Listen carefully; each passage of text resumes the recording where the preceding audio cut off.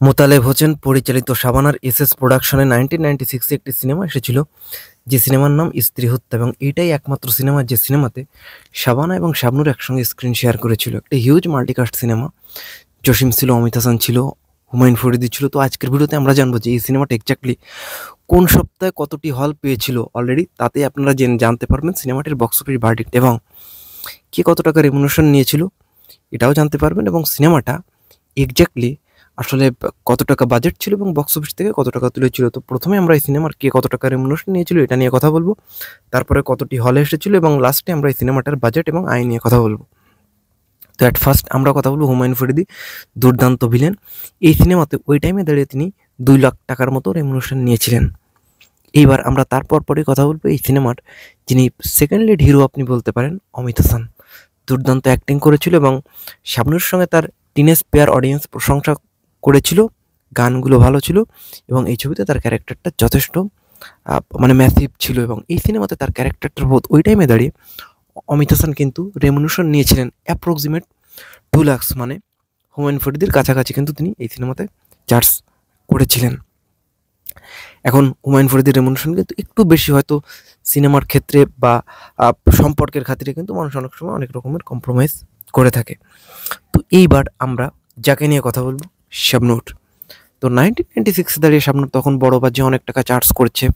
তো বিভিন্ন সময় বিভিন্ন রেমুনেশন শোনা গেলেও এই সিনেমাতে কিন্তু শাবনূর রেমুনেশন নিয়েছিল 3.5 লাখ। এরকম কিন্তু এই সিনেমাতে তিনি কিন্তু রেমুনেশন নিয়েছিল। এখন আপনি হয়তো বলবেন এত বড় আর্টিস্ট তাহলে এই সিনেমাতে এত কেন 4-5-6-এর তো আমরা শুনি, তো এটা একটু ধাপে ধাপে আসে। হ্যাঁ, এই সিনেমাটা একটু আগে সাইন করা সিনেমা ছিল।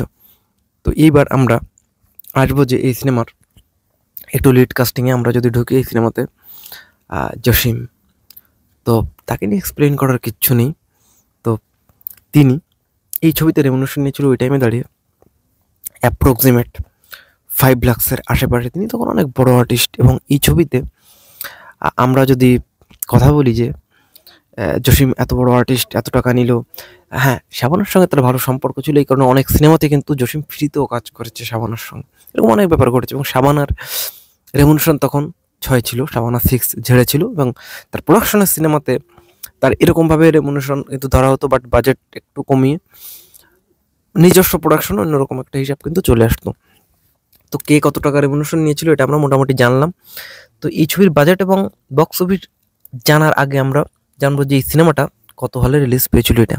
তো 1996 সালের পবিত্র ঈদুল আজহার ছবি ছিল স্ত্রী হত্যা। তো প্রথম সপ্তাহে এই ছবিটা পেয়েছিল 48টা সিনেমা হল, দ্বিতীয় সপ্তাহে 48টা সিনেমা হল, মানে দ্বিতীয় সপ্তাহে যদি সেম হল ধরে রাখে সিনেমাটা, তাহলে অলরেডি কিন্তু সিনেমাটা হিটের দিকে চলে যায়।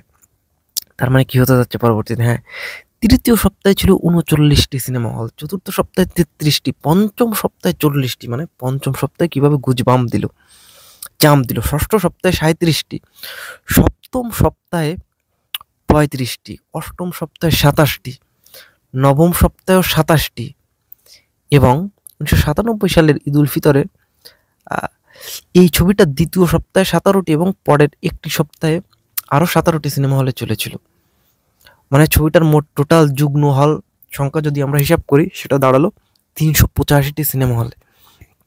তার মানে কি দাঁড়ালো এটা, হ্যাঁ, বাজেট ছিল এই সিনেমাটার ওই টাইমে দাঁড়িয়ে প্রায় 80 লাখের আশেপাশে, এবং বক্স অফিস থেকে ওই টাইমে দাঁড়িয়ে তখনকার সময় 1,90,00,000 টাকা কামিয়ে এই সিনেমাটা কিন্তু সায়াসনদের মতে সুপারহিট ছিল, এবং এটা ডেফিনেটলি একটা সুপারহিট সিনেমা।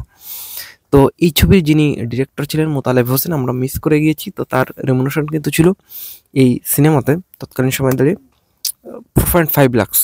তো এটা হচ্ছে মূলত স্ত্রী হত্যা সিনেমার বাজেট এবং বক্স অফিস, এবং কে কত টাকা রেমুনেশন নিয়েছিল এবং সিনেমার হল সংখ্যা নিয়ে ফিল্ম ইন্সপায়ার স্পেশাল আয়োজন। তো কেমন লাগলো, ভালো লাগলে ডেফিনেটলি লাইক করবেন, শেয়ার করবেন এবং কমেন্টস করে জানিয়ে দেবেন আপনাদের মূল্যবান মতামতটি। দেখা হচ্ছে নেক্সট কোনো ভিডিওতে, সেব্দি করতে যাবেন না সবাই, ফিল্ম ইন্সপায়ার সঙ্গে কিন্তু আপনারা থাকবেন, কারণ আপনারা থাকা মানে আমরা নতুন নতুন ভিডিও বানানোর ইন্সপিরেশন ডেফিনেটলি আমরা পাই।